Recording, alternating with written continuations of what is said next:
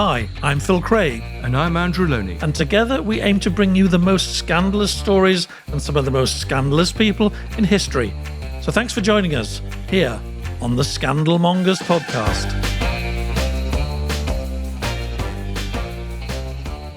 Here we are again, Andrew. Yes, we are coming up to Christmas and another controversial one. I suspect we're going to get a lot of reaction to this one. Yes, we are.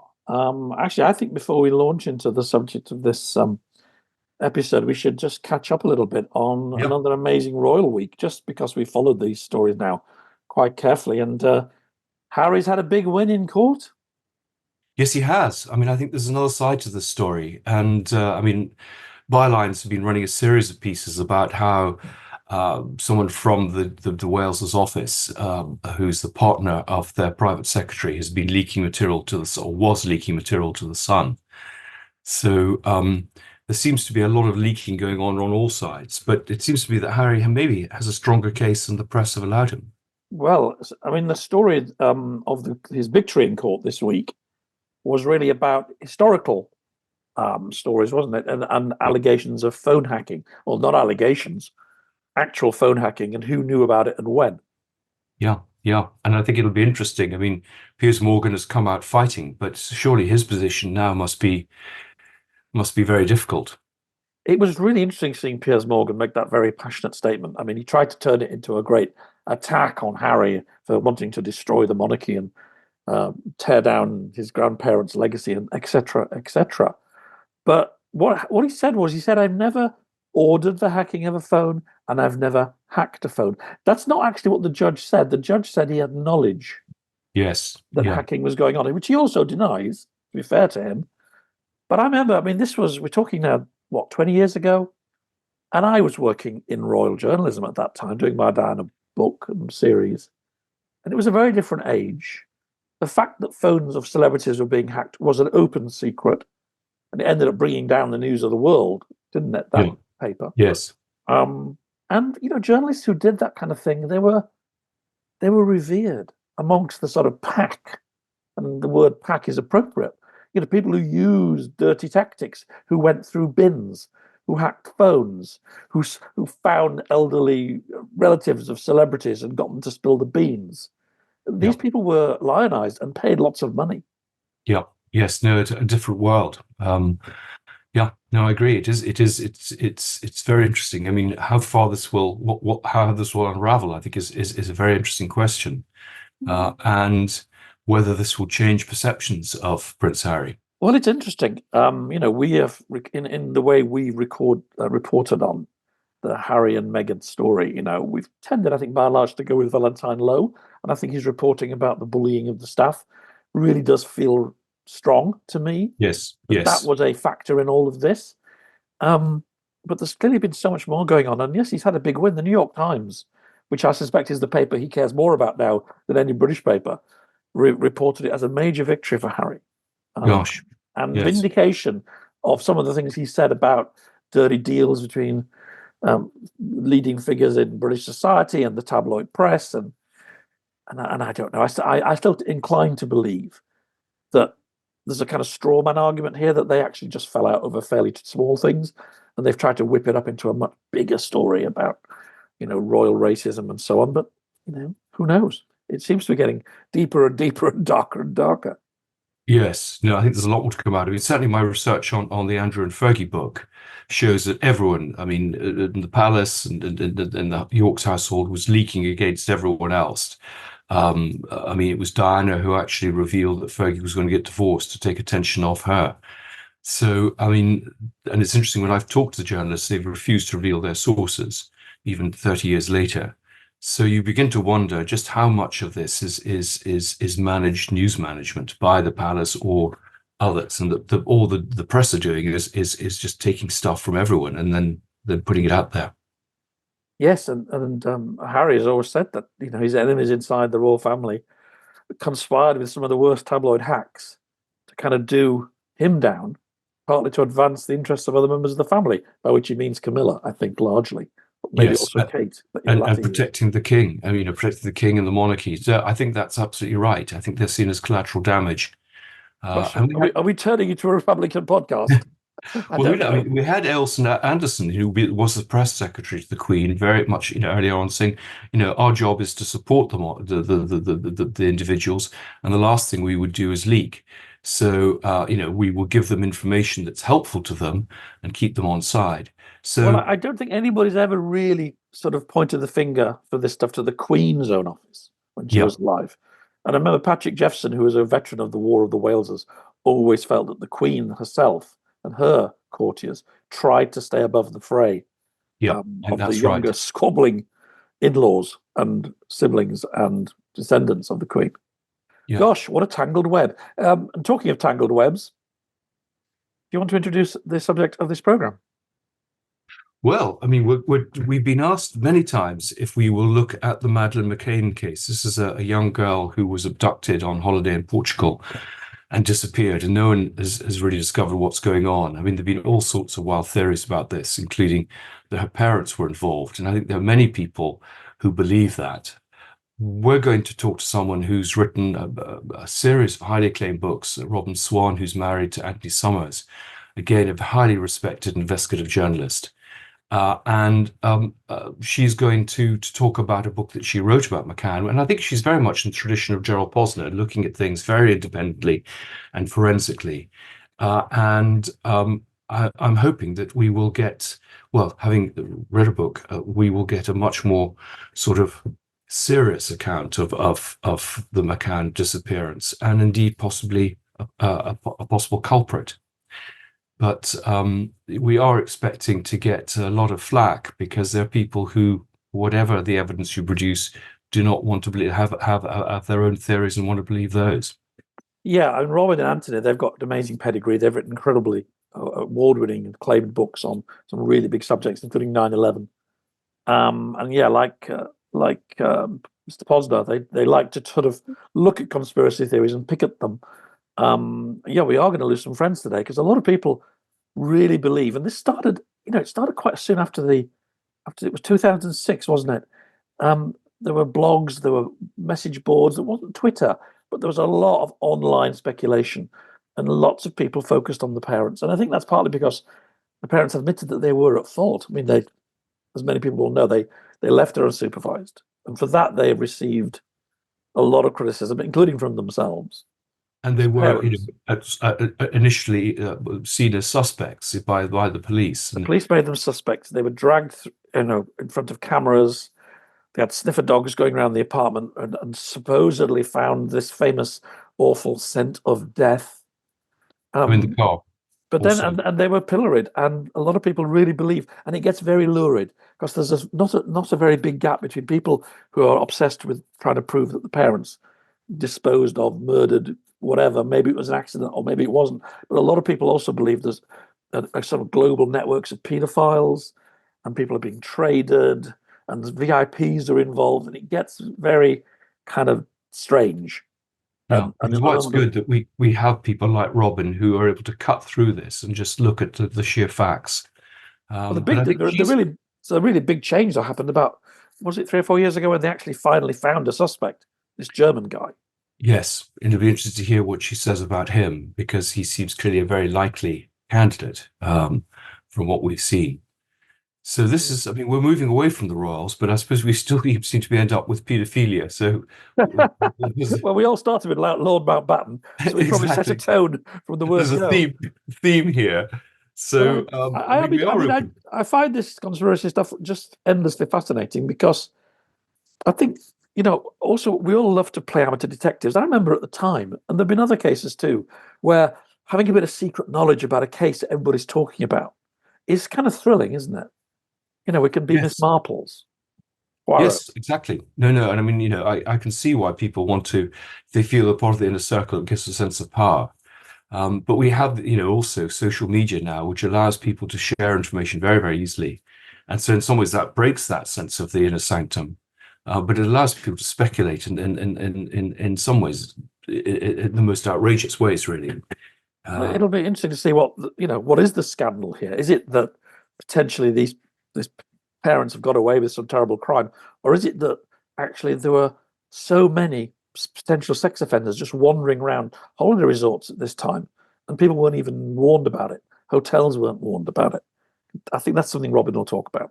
Yes, yes. No. And I'm hoping they're going to come back on other subjects. I remember Anthony Sommer's book, Father Czar, and the disappearance of the Russian royal family is a very seminal book, reading it as a teenager.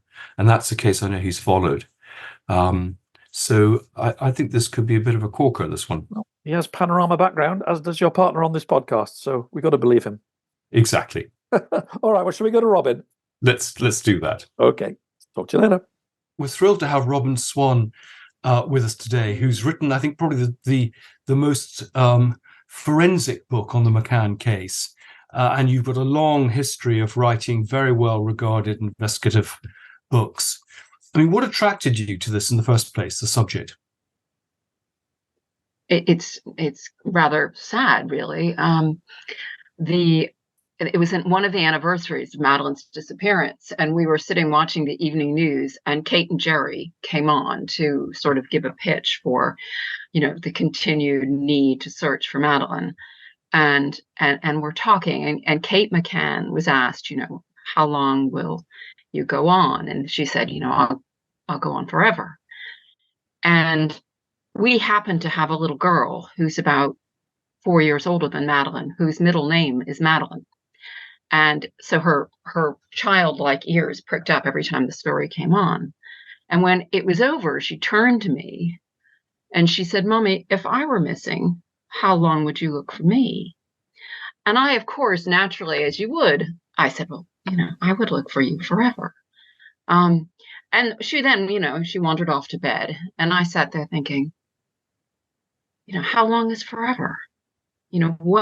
What is that like for a parent, that hell of your child being missing, knowing that people have blamed you, held you responsible, that you feel, at least by your own act, you have played a part in the fact that she was able to be, she came to be missing. What does that feel like? And so I started reading the files on, everything I could about it. And we realized, I started talking to my husband and co-author, Tony Summers, and we realized that aside from Kate McCann's own book, when we started writing back in 2012, there hadn't been a big sort of independent book about this case. For all the nonsense on the internet, for all the glaring headlines in the red tops, there wasn't a sort of forensic look at what happened, how it happened, what could have happened, and the aftermath. And so that's what we set out to do. I mean, it might be useful just for some of the listeners who may not be fully aware of the story, just to go through the story. I mean, just quickly, what exactly happened? I mean, I think you described it as the biggest missing person or child since Charles Lindbergh. Yeah, so the McCanns were a fairly ordinary young couple. They had, in 2007, they had 3 young toddlers. Madeleine was the oldest. They were both young doctors, had come up in fairly humble backgrounds, but gotten through medical school, were starting out on what seemed to be a very good life. But it had taken many, many years to conceive Madeleine. She had been conceived in the end through IVF. And she was a much beloved oldest little toddler of 3, nearly 4. And they had decided with some friends, a group of friends that they had holidayed with before in various resorts in the Med, to take a sort of package holiday to a holiday resort in Portugal, in a little town called Praia de Luz.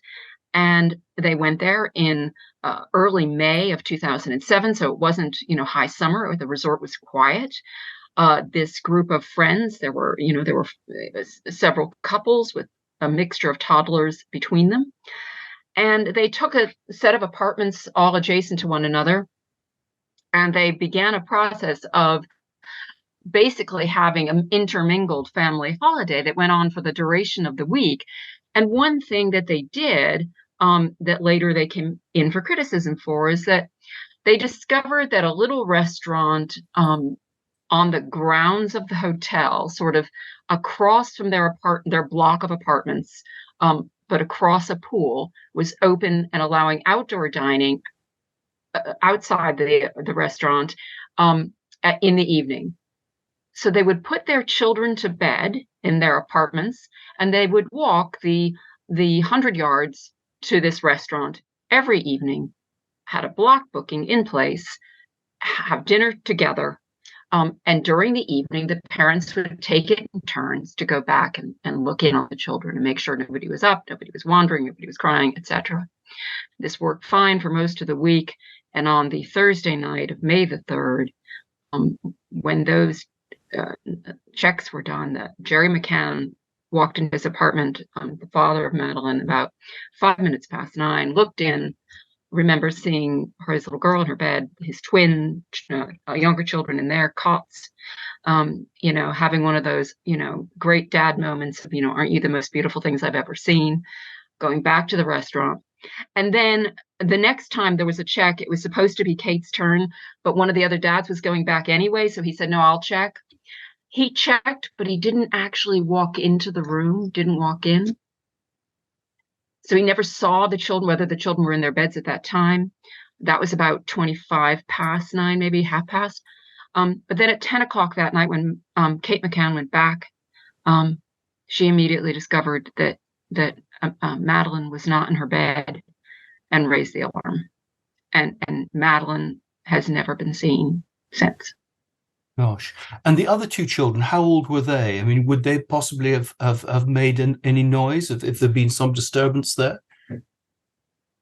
They were 18 months old. Okay. So not really a useful age for anything. But the other oddity about that night is that the two toddlers seemed to sleep through everything. They stayed asleep even through the hullabaloo that followed the discovery that their sister was missing. People coming and going, the police, everything. They just stayed asleep. And in a way that many people, including their parents, later thought was kind of unusual and wondered, could they have been drugged? This is one of the hypotheses that has swirled around for many years, whether perhaps Madeleine was drugged and carried away, and that's why there was no alarm raised, that she didn't kick or scream, that somehow she was drugged. No, they weren't old enough to raise an alarm. Can I interrupt for a second? I'm sorry to take us to technical matters, but your camera is very juddery, and I'm wondering if it might be best to turn it off so that we just get a better quality of the sound, because that's also you quite want to turn bad. I think it might help. Sorry to just turn me off. Okay, good. You turn can the camera off. Just carry on. We may get a clearer connection. Can you hear us fine? Sure. Because I remember you saying it's not very good in Ireland where you are. And I'm interested in how you investigated the case. I mean, you actually talked to the McCanns, didn't you? And you went through a lot of the transcripts that were of the interviews. We had an initial session with McCanns. They, in the end, declined to cooperate with us. I think they had mixed feelings about anyone taking on the subject again. By the time we were looking at the case, there were a number of things that had transpired. They had themselves become suspects and been cleared. The Metropolitan Police had begun looking at the case again, and they were concerned that anyone looking at the case again independently might do anything that would interfere with the police investigation.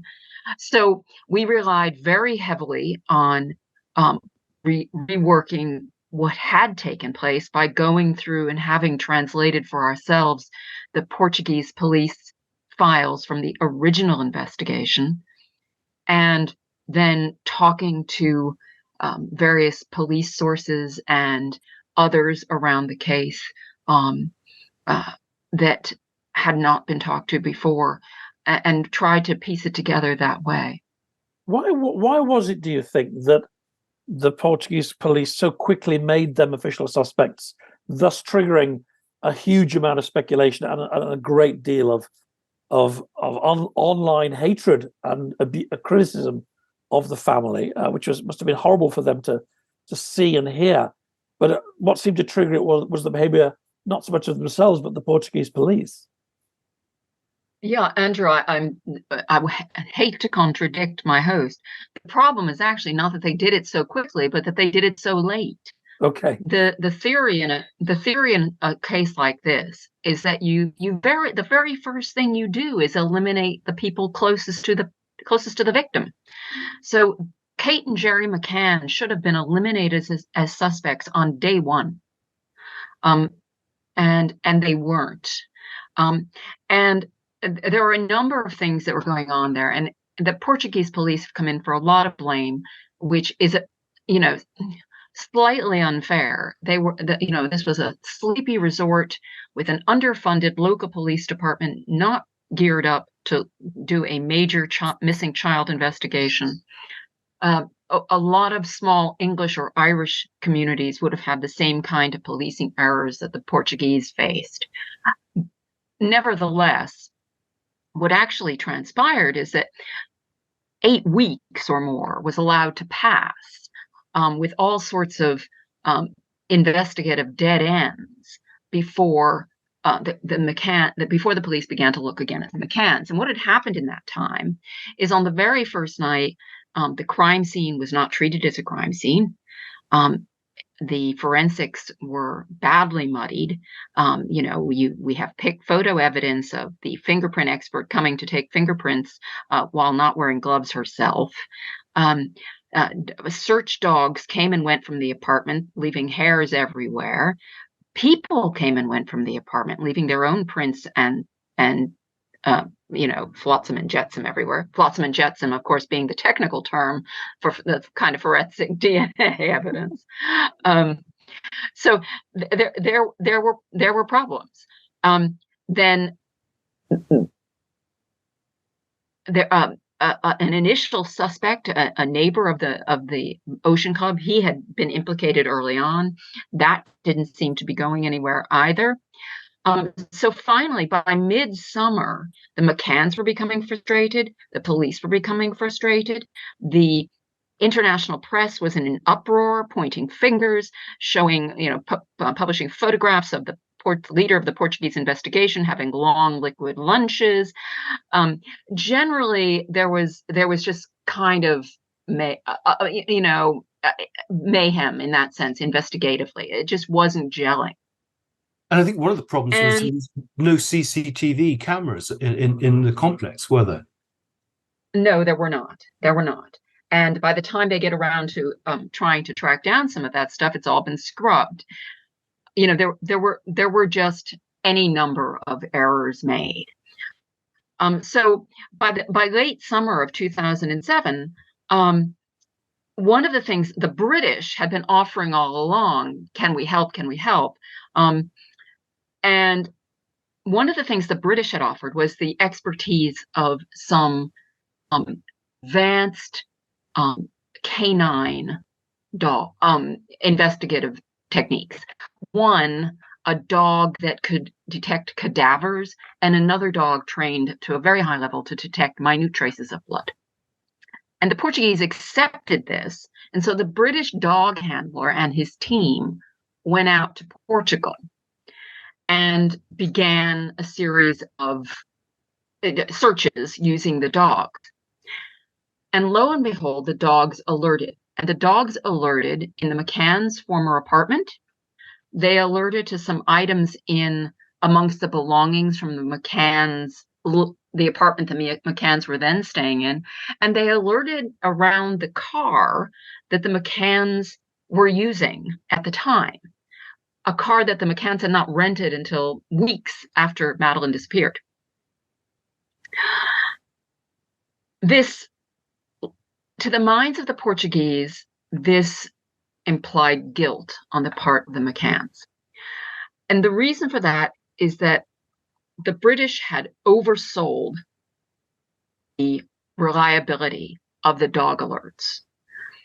The very basics, and what the dog handler himself said from the moment he arrived was, my alerts themselves are not evidence.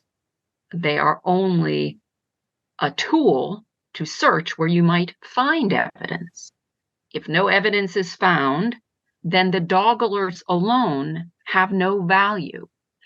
But that caution got lost in translation for in more ways than one.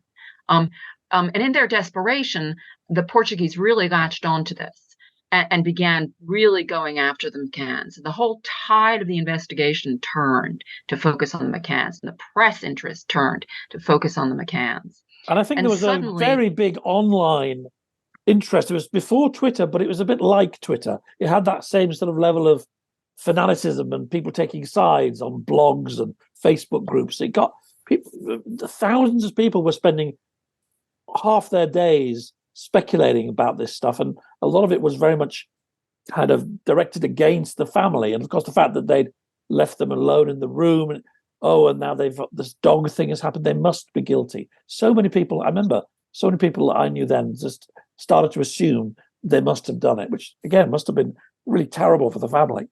Well, also, I think some of the testimony was inconsistent between the group, which I think you've addressed and show that, these are just certain mistakes that one could easily make at being interviewed. But that sort of added to the conspiracy theories, didn't it? It did. I mean, I think if the three of us got together after this conversation, one of us would say Robin was wearing a blue shirt and a such and such, and what was Andrew wearing? Your memories. Is there a stack of books behind Andrew, or is it? Yeah. What's actually going on here? They were the ordinary kind of mistakes that I think people would make in trying to put together the best possible recollection of an event, and they got distorted. I mean, right now, I can tell you that when your podcast goes out, even today, there is a die-hard cohort of people who believe that the McCanns are guilty of murdering their daughter, and that anyone who says otherwise is part of an international conspiracy. And there will be people sitting, parsing what I say in this broadcast and measuring it against things I might have said yesterday or what appears in my book. And they will, every comma, every time I stumble over a timing or a name, they will use that as evidence that I'm lying, that I am myself part of an international pedophile ring. It's... I mean, you've done a lot of controversial books. I mean, is this the one that in some ways has brought on the most adverse reaction from trolling and things like that? Yes. I mean, when we did our 9/11 book, I did get some very nice emails telling me that someday I would burn in the fires of 9/11 truth. And other nice things. I have also been implicated as a crisis actor in the Sandy Hook massacre in Connecticut, because I apparently bear a vague resemblance to one of the mothers, which is a great compliment to me, given that she's about 20 years younger than I am. Yes, there are nutty people on every story, but this story attracted to us, the most concerted attempts to undermine a legitimate, research effort on our part. There was a concerted campaign to bury our book on Amazon, and that's, it's very easy to do. You don't have to buy a book. You don't have to have read the book. All you have to do is get somebody to write a review, and then everyone has to pile on to that review and say it was helpful. And if you write a 1-star review and everyone piles on and says that was the most helpful review, according to Amazon's algorithm, you just go down and down and down until you never bob to the surface again. And they could do that to War and Peace tomorrow. And it's just an unfortunate fact. And Amazon takes no action against people for doing that. No, it's a real problem at the moment. But I mean, you've got some very, very good reviews, a lot of good reviews, but also you had good reviews in the mainstream media. And I mean, did you get any response from the McCanns to the book saying thank you for doing this? I mean, this is last bit of sense in the story. No, we didn't have any interaction with McCanns. The then head of Operation Grange did tell us that, was grateful and did respond positively to the book, and said, it was a credible job and that it told the story as well as anyone could, facts on the ground. We had a very positive response from the senior police officer who was responsible for the after action report about the McCann case, and said again, someday when the Madeleine's sister and brother need to know what happened, here's what happened. And here's what happened not only to their sister, but here's what happened to their family.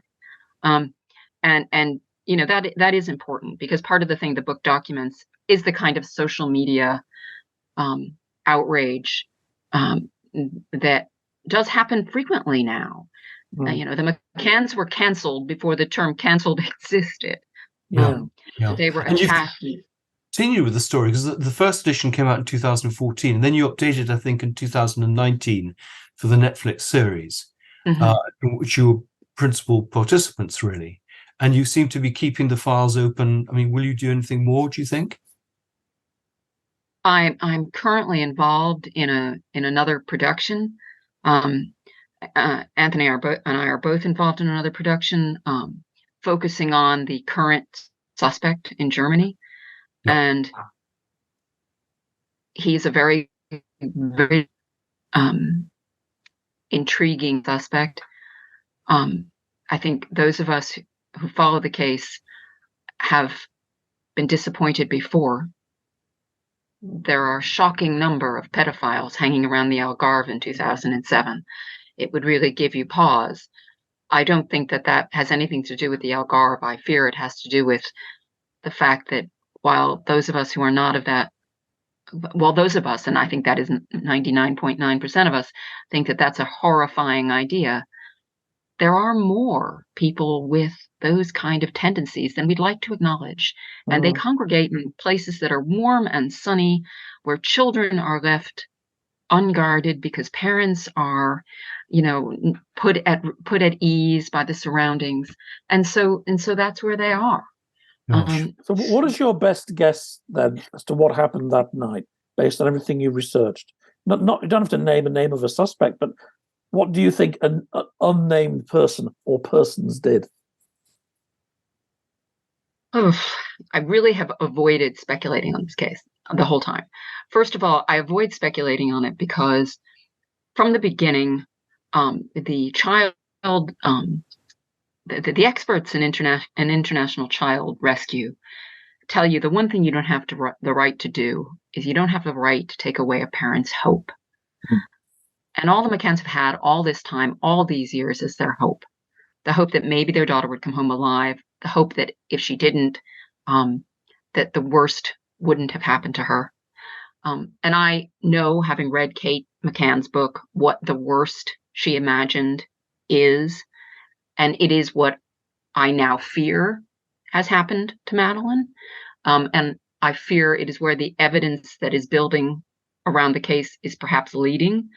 I would say I believe firmly she was abducted. I don't think she wandered away. I do not know if she was abducted by a single predator. I do not know if she was abducted opportunistically. And I do not know if she was perhaps abducted as part of a planned a snatch, sort of taken to order. I think those are all possibilities.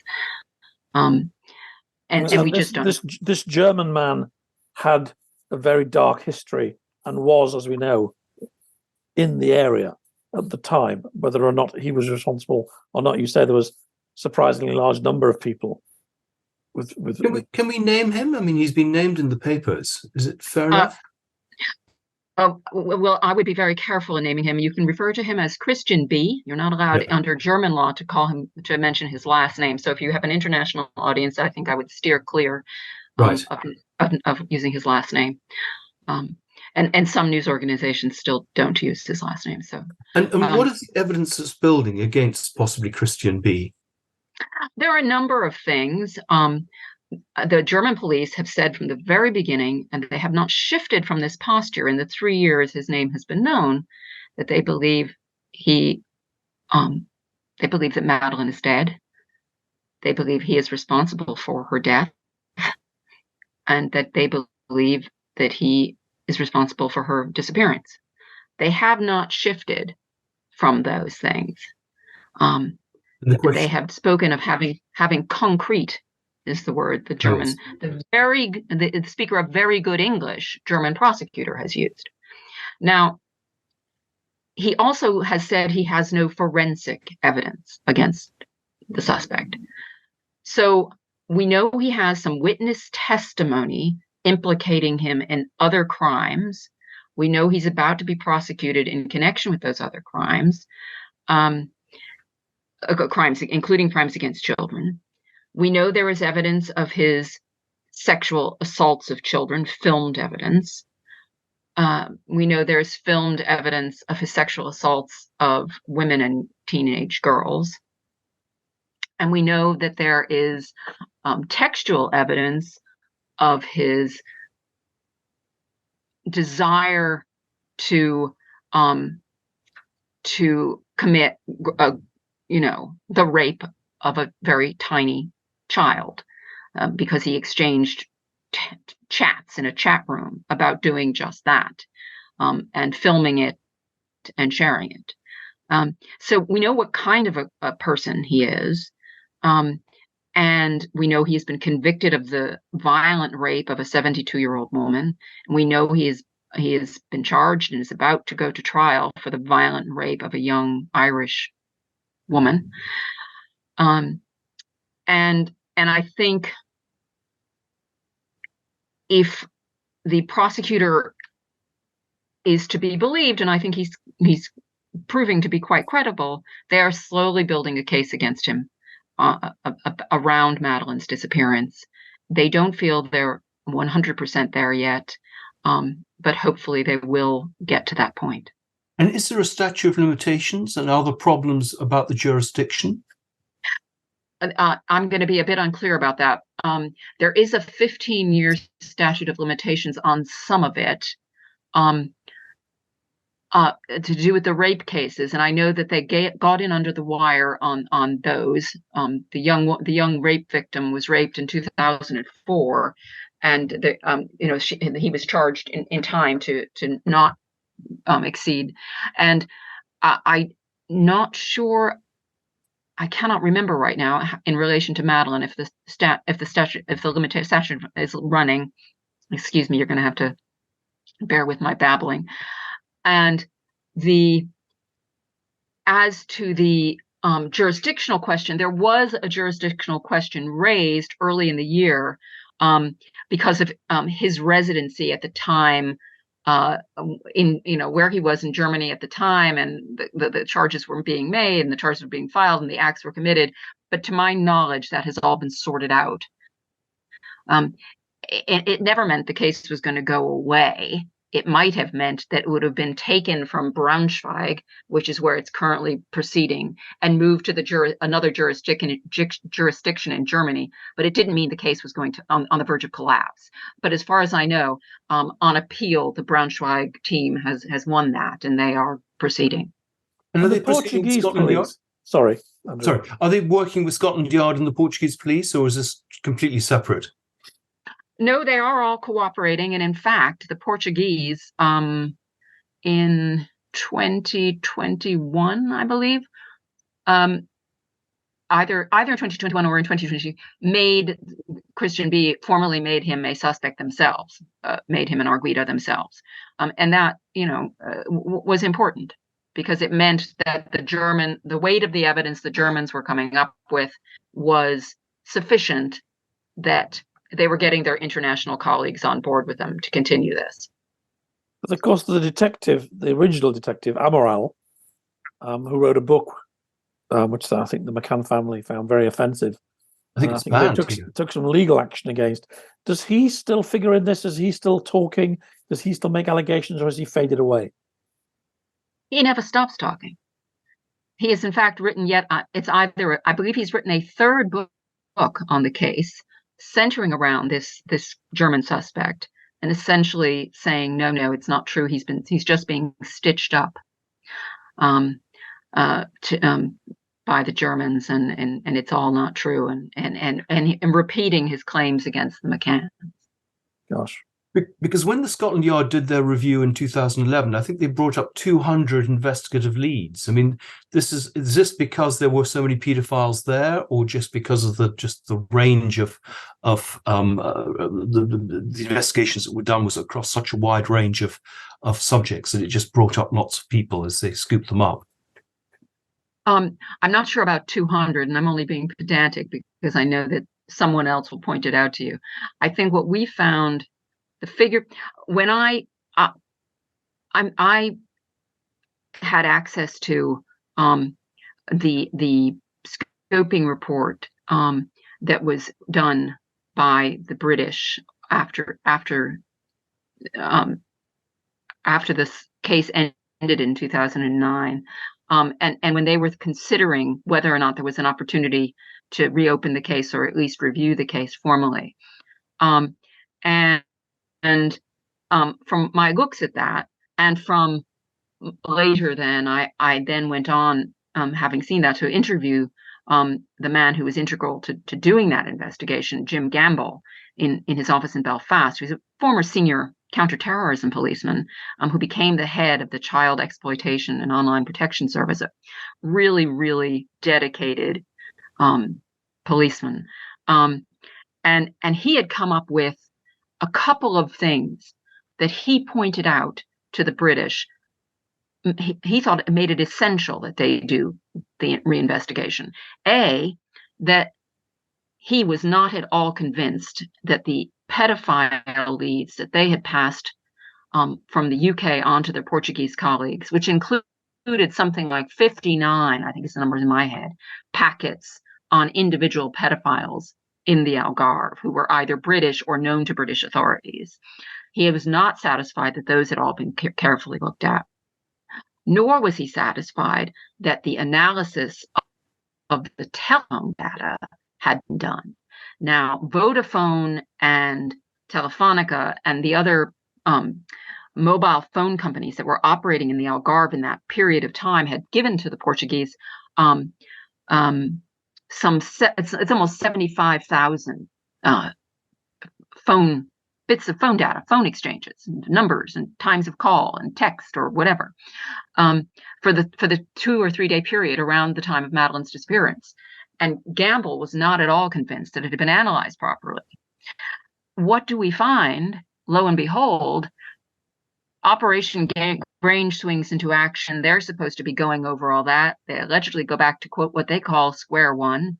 But it takes until 2017 for the Germans to come up with the fact that their suspect, Christian B., had been using his mobile phone in Praia de Luz within about 3,000 feet of the Ocean Club for half an hour on the night Madeleine disappeared. That took until 2017 to tease out of that data. So, yeah, I mean, mistakes all along, investigative leads not fully followed, and also just an overwhelming amount of evidence. Did the private investigators add much? I mean, the McCanns, I think, employed some for a moment.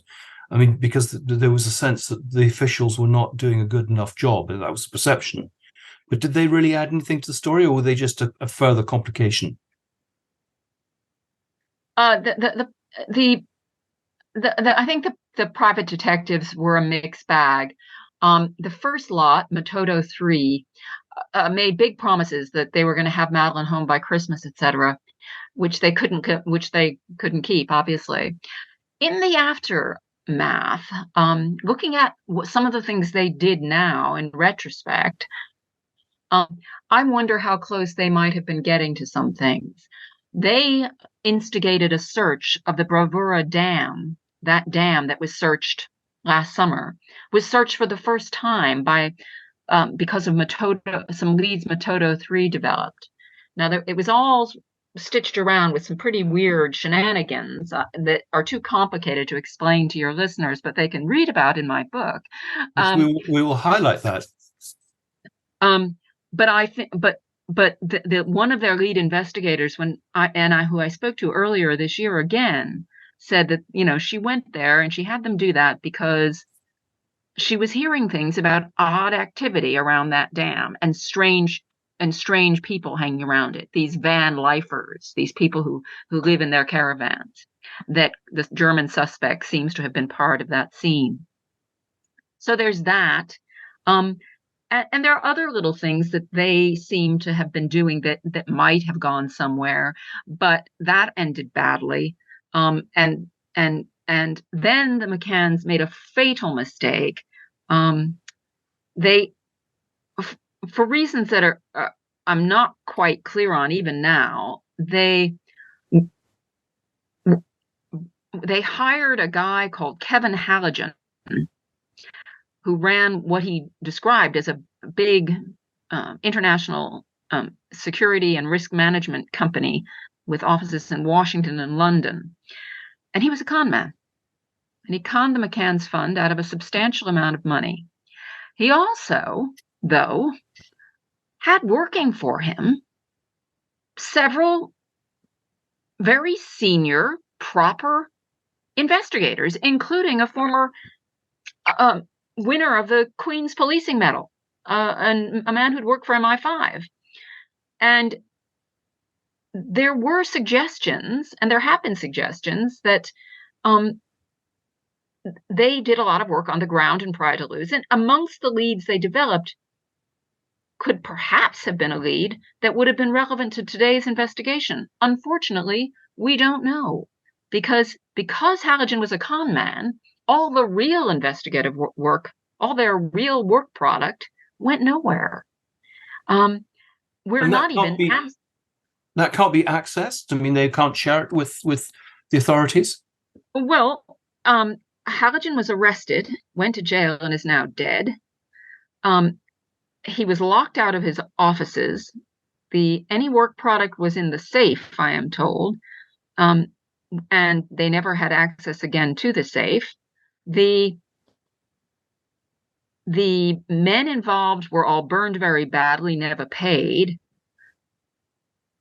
It is my hope, but I cannot prove it, that all of their work product was turned over to the McCann family at the end. But because of the way it ended, I can't be certain of that. I would like to think that it ended up in the hands of Operation Grange, and in a proper world, it should have done. But because the focus of that all became the fact that Halligan was defrauding people, and it wasn't just the McCanns he was defrauding a lot of other people. The work he was doing on the McCann case kind of went by the wayside. And then their final investigating group, with whom I think they had good relations, worked on, didn't really advance the case very far at all, but they were there at the end and did hand over what they'd learned to the Met, and behaved, as far as I can tell, they behaved responsibly. They just didn't really get very far. But the McCanns felt they had no choice. Nobody was looking for Madeleine. Yeah. I mean, what's the sort of time frame now in terms of the German investigations and possible developments, or is it we just don't know, it's very open-ended? I wouldn't say it's open-ended. I would say that it could stretch, but I would think that there's going to be pressure starting to come on them if they don't do something by this time next year. But I would think I would think, or I would hope, that it would happen before then. But I think that the German prosecutor won't be able to tease the world forever that he's got this evidence, and have it not go forward. Right. And I don't think he's doing it to the world. I don't get the impression that he's using the McCann case to get at Christian B for other things. I don't think that. I think he's legitimately doing him in connection with the Madeleine McCann case. And this program that you're doing, is that got a date for transmission, or is that, again, it will depend on what's uncovered? It's sort of an open-ended thing, and it depends on what's uncovered. And I can't really tell you any more about it. I'm not allowed to speak about it too much, except to say I'm participating in something. Yeah. Great. And I mean, do you think that the tourism was an element that the Portuguese authorities clearly isn't good for tourists, that affected the way they dealt with this, or was that irrelevant, really? No, it's not irrelevant. I mean, it's more relevant it's more relevant to the before than it is to the after, I think. You know, we now know that there were regular burglaries to that apartment complex. We know that someone was going around getting into the beds of young expat children in that time period, and sometimes molesting them, sometimes being scared off. These things were not known when the McCanns settled into their apartment in the first week of May. Not only that, it's not just the holiday company. It's not the Portuguese alone who bear responsibility for that. The holiday companies, major British corporations, Mark Warner Holidays, all of those companies, the British Foreign Office. I don't know about you, but I'm an American citizen sitting in rural Ireland, and we had a very serious incidents of violence in Dublin last week involving rioting. The next morning, I had an advisory telling me I should take care, I should avoid this, I should not do that, etc., etc. I've had similar warnings in connection to the ongoing conflict in Gaza. Now, why was not the British Foreign Office responsible when they knew that it was taking place to warn British holidaymakers that children were being assaulted and that burglaries were taking place? The Foreign Office, no comment. That's not acceptable to me. So, there are fingers of blame to be pointed, but we have to, it isn't just the Portuguese who are responsible. We all bear a level of responsibility. And of course, obviously the McCanns do bear a level of responsibility. They made a choice that they thought was a reasonable one about their children's safety. And so did the other people in the party. I mean, I think, and I've seen you being interviewed, and I think Phil and I's parents would say that, at that time, that's the sort of thing you did. We didn't sort of, we thought it would be okay. I mean, it's just, presumably it's changed the way parents behave, I think, as a result of this. It must have. I think it has. I think no parent would ever do that today. I know that the Algarve was the reputation amongst the British middle class at that time of the Algarve was where people went to play golf. It was safe. Yes. It was quiet. It was not very exciting. There were no nightclubs. It was a classic family holiday resort. Absolutely. And has it led to more convictions? I mean, as a result of these investigations and perhaps more scrutiny, has that changed? For example, the fact that paedophiles don't go there now, and that quite a lot of people have been picked up in the sweeping operation? That I cannot answer. I've been in Praia de Luz recently. It remains a lovely place, and the people who go to Portugal would still tell you that by and large it is a safe place, a beautiful place, a welcoming place. I don't think, it's easy to, when something terrible happens, it's easy to, get a bit hysterical and overstate the dangers involved. But I think, this is a case of, an ounce of prevention being worth the pound of the cure. If there had been some alerts to the fact that, keep your wits about you. Just as we tell people, keep your wits about you in Rome. There are pickpockets everywhere.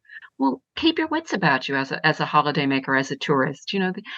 Just because it looks different from home, it isn't really different from home. You wouldn't leave your child sitting alone here or alone at home while you went down to the shops. Don't do it here either.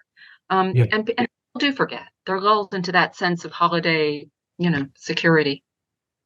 Indeed. Gosh. Gosh, no, this is wonderful. I mean, fascinating stuff, and it's good to have some sort of sense because there has been an extraordinary amount of wild speculation and fantasy really around this, which is Yeah, well, it's a funny mixture, isn't it? People are drawn to the macabre. That's why people write and buy books on subjects like this. But of course, there's a sort of lynch mob mentality. There's a desire to find somebody to blame and to gang up on. And I can only feel terribly sorry for the family. I'm sure they feel worse about themselves than anything that anybody on here could ever say about them. Yes, yeah, I agree. It's an interesting phenomenon, really, because of the kind of books we do. I tend to follow those the developments in the world of conspiracy theory and conspiracy thinking, and really, the McCann case is sort of ground zero for a certain kind of online trolling and online attack culture. Looking back to 9/11, we had that whole alternative world, what we called America 2. We had America 1 and America 2, and what they believed had happened in their country. And it was the sort of pre-internet age and the post-internet age. But then you had the McCann case and the attacks by a sort of online lynch mob, as you say. And then you move on to the likes of Sandy Hook, for instance, which is, if your listeners know, a terrible crime in which a young, mentally disturbed young man murdered a whole number of tiny 5- and 6-year-old children and two of their teachers in a small Connecticut town. And afterwards, the sort of online community was led in vilifying and attacking those parents and creating a whole culture of alternate truth about what had happened. well, there's been a case on it, hasn't there? I mean, the man was sued. Yes. And the man who's been who was a 9/11 conspiracy theorist, who I ran into in that capacity, was a Kennedy conspiracy theorist, and I knew in that capacity, became a Sandy Hook conspiracy theorist, and led that attack mob, Alex Jones, and he's been convicted of, basically, of libel, and for the extraordinary things he said about the victims of a crime. And so, yeah, I mean, it's where do we draw the line between, wanting to read or understand a case that has a genuine public interest, and the fantasy world in which we become so much a part of that story, so much a part of that investigation, that we kind of cross the line between who's an investigator, who's a reporter, who's a bystander, who's a victim. What is the role of the government? All of that, it gets blurred, and that's not necessarily a good thing. Well, that's I think you're absolutely right. I think that a lot of this did start with the McCanns. I mean, it was all the way back to Charles Lindbergh and other cases. People had written letters and poison pens, and people were always capable of these things. But it became super accelerated by the fact that you could find other people who shared your mad ideas. That's why it's so important to have the sort of books that you and Tony write, and I hope we may have a chance to talk to you about some of the other ones, because you've got some wonderful subjects, and a bit like Gerald Posner, who's spoken to us. I mean, you come to it with this forensic and sadly now, the investigative skills of journalists are not as good as they used to be, but you are there still doing it. We terrifically respect, what you've been doing. Thank you. No. Well, it's because we're so old. I hope you're wrong, but I fear you might be right. Yeah. Fake news has taken over, but that's maybe we're holding out here with the podcast for, to deal with these controversial subjects, but to cut through and to see what the likely truth is. Well, if you get both Gerald, I know Gerald very well. If you have Gerald and us, you've got basically all your main conspiracies covered. We have. I know. It'd be interesting to have the two of you on the same program because you've covered some of the same subjects like 9/11. But with a better quality camera connection. Yeah. It's not going to happen while I'm sitting here. Not in Waterford. Yes, we'll have to fly you across. It's a nice place to sit. Thank you so much, Robin, for joining us. Really appreciate it. Thank you so much. We really, really appreciate you giving up this time. Thank you for listening to the Scandal Mongers podcast. This has been a Podcast World production. You can get in contact with our show by emailing team@podcastworld.org, placing Scandal Mongers in the heading, or via our social media links within the show's bio.